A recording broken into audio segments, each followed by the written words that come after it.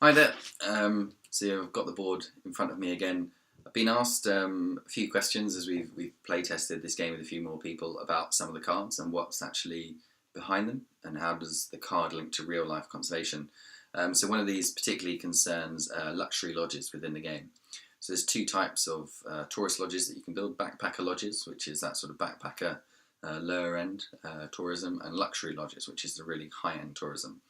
And luxury lodges within the game are high risk, high reward. Backpacker lodges are lower risk, low reward.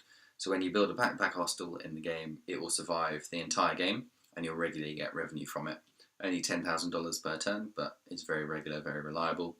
With luxury lodges, they cost $50,000 to build and you get $30,000 per turn. So a lot more income per turn, but a lot higher risk. And this really comes down to real life conservation, that often luxury tourism places can be targets, and also that sort of tourism tends to fall off as quickly as possible. So there was the Ebola outbreak in West Africa that killed an awful lot of tourism throughout the whole of sub-Saharan Africa. A lot of people stopped visiting because they were worried about potential disease fears. So that's one example of why it's such high risk. And also, just when I was working in the Congo, I was actually one day going out to do a sort of feasibility study to look at the opportunity to create a luxury lodge in North Kivu around the mountain gorillas in Congo. And in the morning, when we were due to go out, we got told, oh, the trip's been cancelled because somebody's been killed. So in eastern Congo, in this region, there's still latent conflict, insecurity. It's not at war anymore, but there is still conflict. So unfortunately, this sort of stuff does happen. So in the morning, the trip was cancelled. Then it got to lunchtime, and they said, oh, actually, we found new intelligence says it's fine. It's all been cleared up. So we're going to be able to go. So we start driving off. And then fairly quickly, as we get towards the destination, we found out that actually our intelligence on it was wrong. A gang of youths had stopped, created barriers across the road with rocks and everything, threatening to smash up the vehicle and like drag us out unless you paid money to go through.